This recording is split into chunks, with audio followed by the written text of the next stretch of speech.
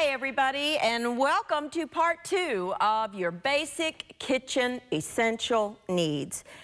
I get asked all the time, if you're starting out, what kind of things would you need in your kitchen for a startup kitchen? If you're registering for a bridal registry, or you're moving out on your own for the first time, or whatever the case would be, you're starting up a kitchen. What are some of the basic things that you need? Now, we did a part 1 where we talked about knives and kitchen gadgety type things that you would need. Now we're going to get into the hardware, if you will, the pots and pans and the baking essentials and things like that that you need. All right, let's start out with, well, let's just talk about this first, since it's right here. If you are starting out, I would choose Muffin Tins. This is your basic non-stick regular size muffin tins. Muffins come in mini, regular, large, all kinds. This is your basic one that I would say everybody needs. I would get 2. This holds 12, but you know, you might be baking 24 cupcakes, who knows? I would get 2, but you want them to be, you know, just standard, easy to get in and out of the oven. I like the non-stick kind because I think it's just easier to clean and it's easier to, you know, things don't stick as well. I also use a lot of the time mini muffin tins. I love little mini muffin tins. These are from Wilton. These are just the brand I have here, but it, you know, whatever kind you like. Get a heavier duty one. Now, here's something that I do want to point out with your bakeware, in particular, your metal bakeware, whether it be sheet pans, we're going to talk about those in a minute, or your baking pans. Maybe it's the square baking pan, which I didn't grab one, I should have. But you know what I'm talking about, the metal cake pans and things. Don't get the cheap flimsy dollar ones. They're going to buckle. They're going to just tear up. They're not going to perform. These are not expensive. They're probably $5 or $6, but Wilton is a great brand, but it's a little thicker material. They're not going to buckle under the heat. A lot of your cheap cookware is just not worth it. And this is the one area that I would say you don't have to spend a fortune, but get the best you can afford, because you won't need to replace it if you get good pots and pans ever. Your bakeware might need to be replaced in 5 years or so because it's going to get dinged and scratched. But don't get the cheap flimsy stuff because it will not hold up. It will not perform like you need. It will warp. It will buckle, and you're going to have to throw it away and buy new. So just get the better in the beginning. Mini muffin tins, use them all the time. I highly recommend mini muffin tins and the regular standard muffin tins for just starting out. Another baking thing that I think you need are a couple of the glass bakeware. This is a 3-quart, 9, this is an 8 by 13, or 9 by 13. This is an 8 by 8, I believe. Yeah, or 8 by 8.5. These are great little, these just happen to have the little, these are anchor, but they had that little weave pattern. I thought they were pretty. But you need a couple. I would start with these sizes. If you have a big family, or you're you know, they come much bigger than this if you need them bigger, but these are the 2 basic needs that you're going to find with most recipes, an 8 by 8 and a 9 by 13. One little hint with any kind of bakeware that you're going to be putting in the oven, make sure that it has the little lip that you can hold on to. When you're removing it from a hot oven, if it does not have this little lip, some of them even have holes there where you can get your fingers through. You know, of course, obviously you got a pot holder. It's very difficult to remove out of an oven. So I like to make sure that mine have that little lip on it. A lot of people don't think about that when they're buying bakeware, but it's very important that you be able to get it in and out of a hot oven without burning yourself. On that note, you are going to need pot holders. I have found basically 2 different styles that most people use. One is a mitt that protects your whole arm. The other one is just a pot holder, okay? But you can just hold it in one hand. But let me show you the difference. Let's pretend for a minute that this has been in the oven for an hour in a 350-degree oven. How am I going to get it out of there if I don't have this little lip that I can hold on to? See how important that is? As opposed to trying to get down in the pan, just pick the ones that have some kind of handle there that you can get in and out of the oven quickly. You will also need some kind of hot pot holders. These are silicone that you put on your countertops or whatever so you don't burn your countertops. Don't put a hot pan on your countertops without using some kind of a pot holder or the silicone hot pads. They make all kinds of different ones. Very, very, very essential in a kitchen. I would get a couple, just decide what kind you like. For the most part, I prefer these, but sometimes I use these. But I have a lot of these little hot pads because you don't want to burn your countertops. So make sure that you get a couple of those. And they're washable. You can throw them in the wash machine. Now, let's talk about cookware. Choices galore in the stores.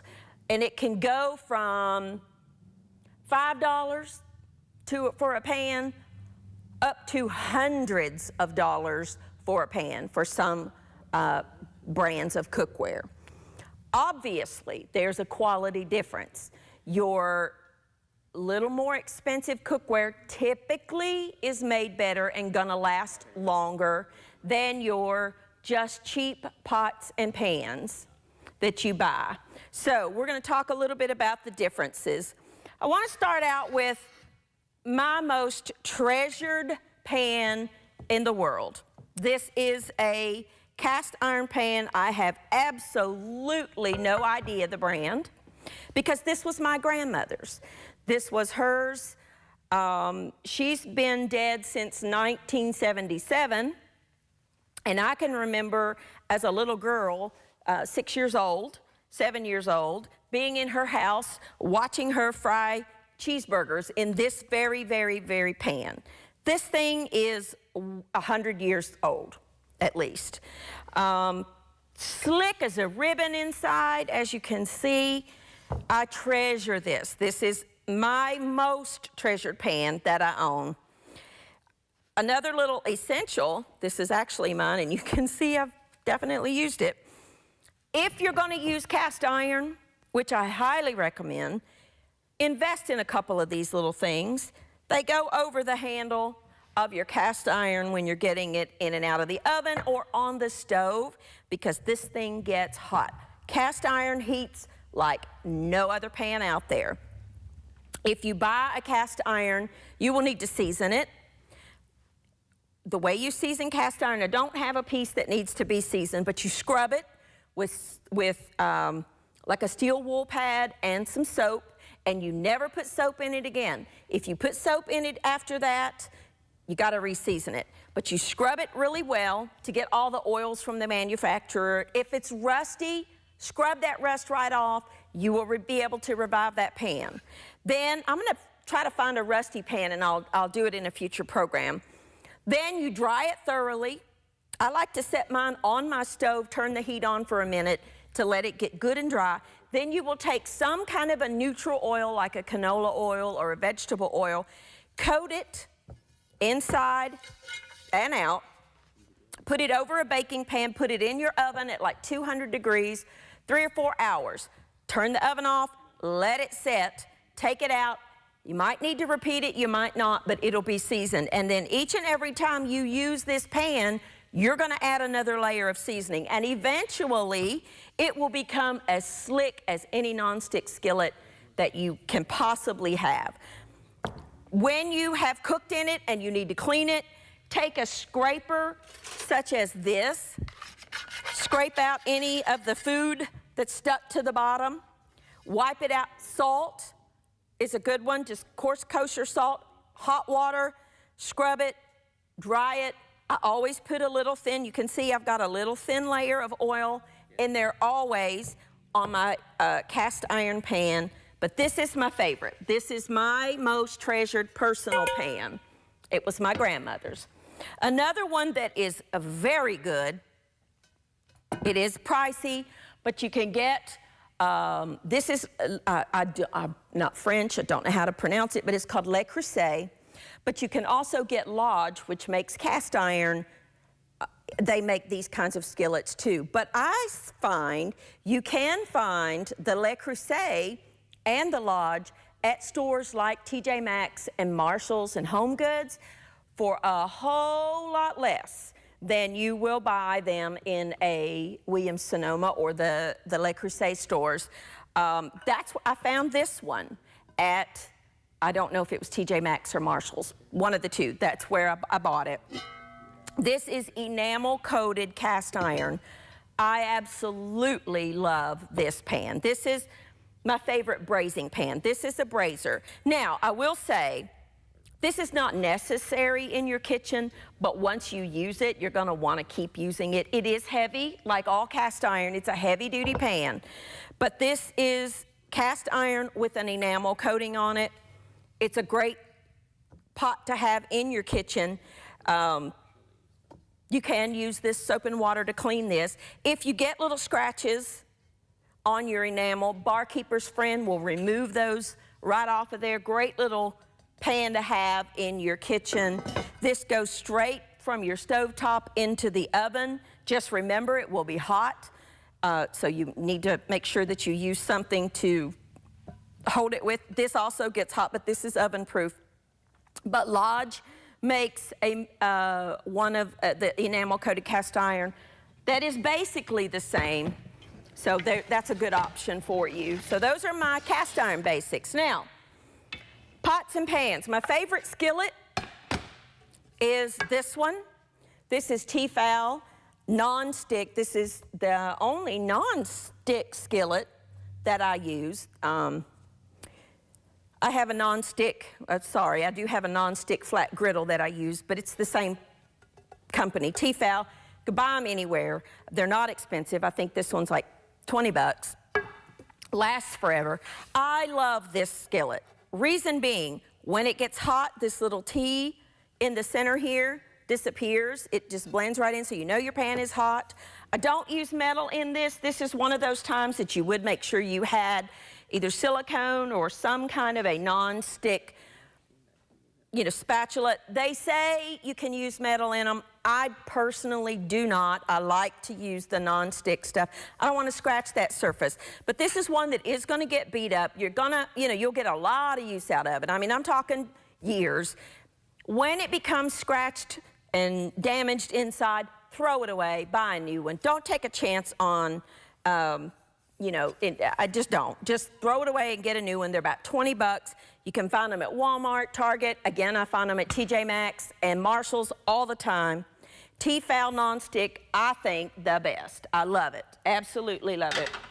I get asked about this all the time. Now, these two skillets are not nonstick, even though they look nonstick. This is called hard anodized. This is not a nonstick coating. This is a hard anodized coating. I'm not sure the process of how they make it hard anodized, but I know it doesn't scratch. It is nonstick, not quite as nonstick as the Tefal, but these are also great little options. But unlike that, you can use metal in these pans. Soap and water, perfectly fine. Dishwasher, actually, you can put these in the dishwasher. Although I don't really like to, you can. These are just, I found these on clearance at a store, Lagostina, but Calphalon also makes a great nonstick, and they're now available at Walmart, which they used to not be, but Calphalon makes a great pot and pan. And when I first started Everyday Manna years ago, that was the brand I had on my set for years. I still have them, and I still use them. But those are just another option. Now, if you're going to, if you're going to buy pots and pans, I recommend stainless steel. The reason being, it lasts forever. Oh, here's a little tool that you're going to need. Let's just skip right to this real quick. A little splatter guard to go over your skillets or your pots to keep it from splattering everywhere, including on yourself. Now, I want to talk a little bit about the types of cookware that you have. This is something that is, you know, I know pots and pans can be an investment. I completely understand that. But if you can at all afford to get a little better quality, I recommend that because, again, they're going to last longer, they're going to cook more evenly. You don't have to spend a fortune, but you know, you're gonna have them. This pot would last, I could pass this down to my kids. I mean, it's gonna last a long, long time. And I'll get into the brand of this one in just a second. But if you buy the really cheap, thin aluminum pots and pans, your food is gonna burn a lot more easily. They're gonna warp, they're gonna tear up, your handles are gonna get loose, and it's a waste of your money because you're gonna have to throw them away and buy new ones. So invest in the better quality that you can. This particular brand is called, and I'll let them get a close-up shot, Tramontina. On the bottom you can see, Tramontina, tri-ply clad. And I want to explain to you what that means, that tri-ply clad. What that means is there's 3 layers. In the center is aluminum because aluminum conducts heat better than stainless steel. But sandwiched on either side of the aluminum is a coating of stainless steel. So there's 3 layers to this pan and all of these pans here because it's called tri-ply clad. When you see something that says clad, that means it's enveloped in, and in the cooking world, typically stainless steel or copper. But copper's a whole nother issue. But stainless steel clad is the best you can buy. This pot, I bought a set of like 10 pieces. I don't remember how many exactly, but I think it was like 10 pieces of the Tramontina. Was like $100 for all of it. I've had it for years and years and years. What this is kind of a, if you will, a knockoff, if you will, of a brand called All Clad. Now, if you can get All Clad, absolutely. That is, in my opinion, that I've used, the best cookware out there, but it costs a lot more money. You can find it at TJ Maxx and Marshall's. I know I mention them a lot, but they get a lot of that stuff in there. You just have to look. And I remember the very first piece of All Clad that I found there was years ago, and I had wanted their 6-quart stock pot forever, but that thing's like $300. So I'm like, I can't do that.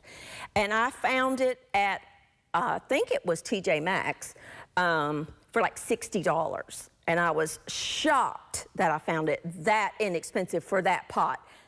It'll last me my lifetime and my kids' lifetime, so it was an investment. But the Tramontina is almost just as good. I've cooked out of both, and they're both excellent cookware, but this is a whole lot less. The All Clad typically has 3 or 5 layers, where it will have 2 layers of stainless steel wrapped around the aluminum, where this has 3, but it's perfectly fine. This is a great, great pot and pan line for you to get. The Tramontina, you can find it at Walmart, you can order it on Amazon, you can get lots, just look it up and you'll find it. It's great cookware. The difference, I want to show you real quickly. The difference is, now, I want you to see, now this is used cookware, so overlook the stuff here. All right, you see how at the bottom of this skillet, which I do use and I do like, is a little disc. You see how there's a little disc that's been somehow attached to the bottom of the pan? That's an aluminum disc that conducts the heat better. Now look at this pan. There's no aluminum disc. You see how it's just rounded in one piece? The difference is this pan and these pots and pans that are, a lot of them are like this. This is gonna get really hot, which is good, but the heat is not gonna conduct up into the skillet or the pan, whereas this has the aluminum all the way up and it's enshrouded in stainless steel. So this is gonna heat more evenly. You're not gonna have the hot spots. You're not gonna have those little burning spots. So that's the difference in, this is a Cuisinart pan, and it does have the disc. So I've got it, and I use this a lot, but I have to be more careful with it. They're both good. If I'm choosing one, I'm gonna choose the clad because it's going to conduct heat more evenly. There's not gonna be that hot spot right here where that disc meets the pan.